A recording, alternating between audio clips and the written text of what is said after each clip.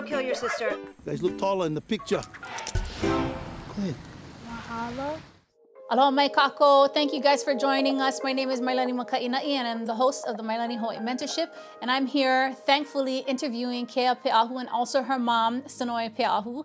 So first and foremost, ho'o mai ka'i kako. Congratulations, Kea Peahu, on your breakout role in Finding Ohana. Before I ask any questions, I just want to say, as a Kanaka and as a Hawaiian, mahalo nui to you and your work, because this is the first film that I've ever felt like this was a piece of content and media that supported me as a Kanaka and it didn't mock me.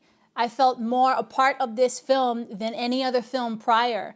I didn't feel like a cartoon. I didn't feel like the audience was making fun of me or the writers and producers were making fun of me. This is the first time I saw a film that actually represented us as a people. And so before anything else, I just want to congratulate you and thank you for taking the time and sacrifice to take this role and give it justice as you did for this character, Pili. So mahalo ya oi. Thank you. Of course. So there's a handful of questions that I want to ask, and I wanted to make sure that I didn't ask you the same old questions because I know that you've been bombarded by a lot of interviews.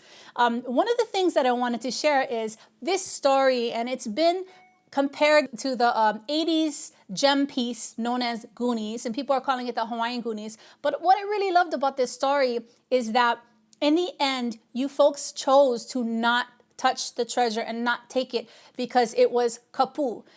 What of your personal life did you get from this story, and how did you relay that to your character Pili in playing this role where you guys had to leave the treasure and leave something that would have financially helped your family? You had to leave it behind in the cave. So what was it of your life, your upbringing, that helped you really define this role and especially this part in the story? Well, first of all, I feel like Pili and I are pretty similar. I mean, she's from Oahu and she moved to Brooklyn. I'm from Oahu and I moved to LA. So I feel like getting into character was really easy. But I feel like from the movie, from the beginning to the end, it's called Finding Ohana, and you really see us find Ohana within each other. And like you said, at the end of the movie, we decide to, leave it as be, even though we may make a lot of money off of it. And I feel like that also taught me a life lesson. Like, even though maybe I want something, sometimes the things you want aren't the best decision and the best choice. And sometimes the best thing to do is not something that you might want or prefer. Wonderful, wonderful. The movie also brought up real issues facing people who live in Hawaii, especially Hawaiians.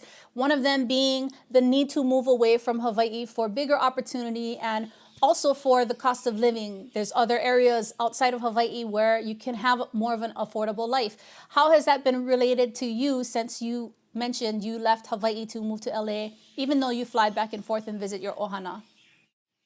I think some people have a really big fear of moving away from Hawaii to LA or just anywhere else because maybe they feel homesick or like they're scared about how people are going to feel and make them feel about themselves. But I mean, my mom and I, we made the sacrifice to move to LA, and that has changed my life a lot. And I hope like my story inspires people, like even though you might be scared, like if you really do want it and you go for it, a lot of good things can happen out of it, but you have to do it and be fully committed to it in order for anything like that to happen to you. Wonderful. Do you ever get moments of feeling homesick? And when you do you get to come home or you just look forward to the next trip home? I don't get to come home a lot. So when I do, I'm really grateful for it. That's another reason why I was really glad that this film was filmed in Hawaii, because even some of my family, my friends, not all of them, of course, because there's a lot of them, but some of them got to come on set and watch me act, which was really cool. But yeah, obviously, I mean, there's so much moments where I think about my family, especially when I go to the beach here in California. It is not the same at all. And the food is not even half as good. So that's also another thing I miss about home. Awesome. This film brought to light ho'oponopono. And this is a real tradition, a practice of healing that still happens today.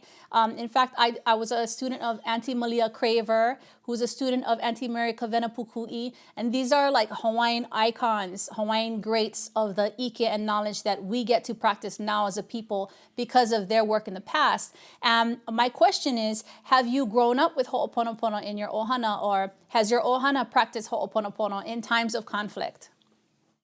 Yeah, I've definitely said I would definitely say there's been several times where I've had to ho'oponopono with people. Like for example, my little brother Talon.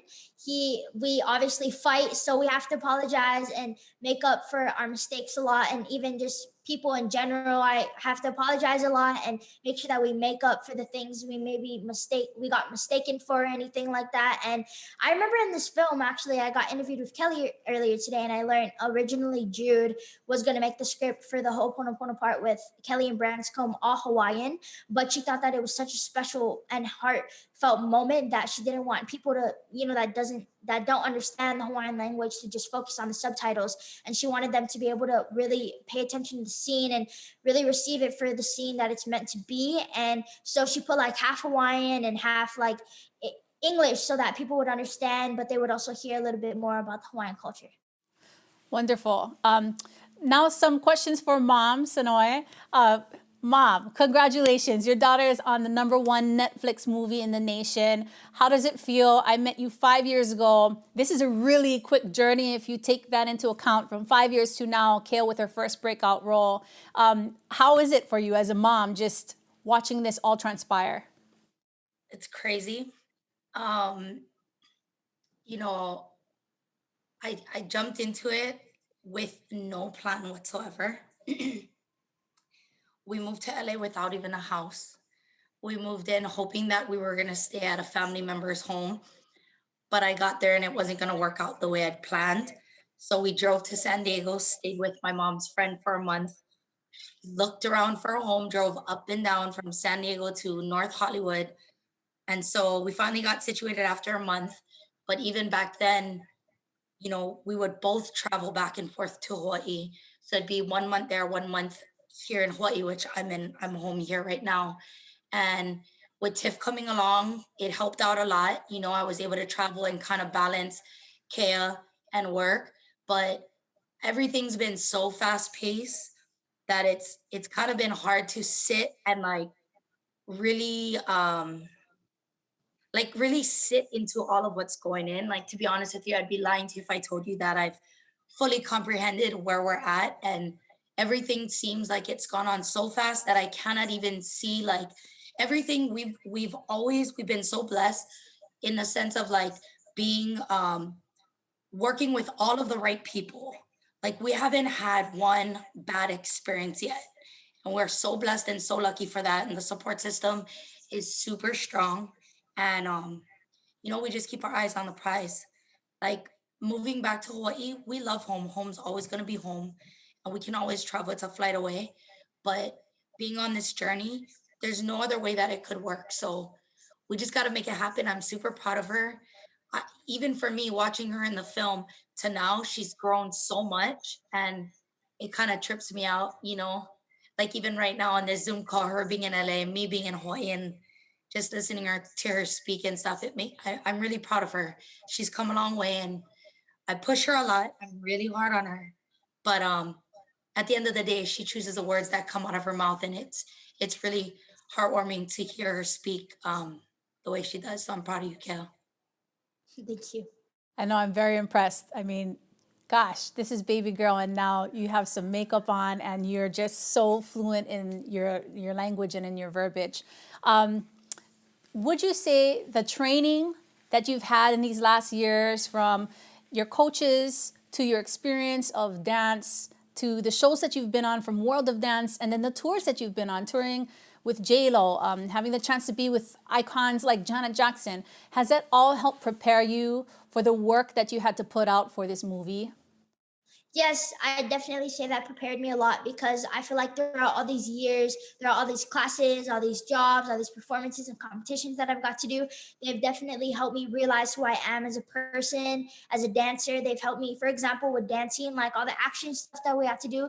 And with dancing, it helped me realize the strongest parts of my body, the weakest parts of my body. And I feel like with everything, like the coaches at the lab, they teach you, yeah, about dancing, but they teach you also like how to take care of yourself as a person, and your intentions for how you want to see things. And so I feel like all of these years, they've definitely helped me prepare for the work that I had to put in for finding Ohana. Wonderful. Well, closing thoughts, I just want to again mahalo you guys for taking the time to be on this interview with me. As you know, I have a small mentorship and I help aspiring artists get into the industry. If there's any one thing, Sanoi and Kea, that you'd like to tell parents and kids like you who want to break into this industry and who want to go hard and they aspire to be at your level, what would some of those things be? I'd say more for the kids. I think my mom could go for the parents a little more, but I'd say don't be scared to follow your dreams. If you do want to follow your dreams, the only way it's going to happen is if you really 100% commit to it.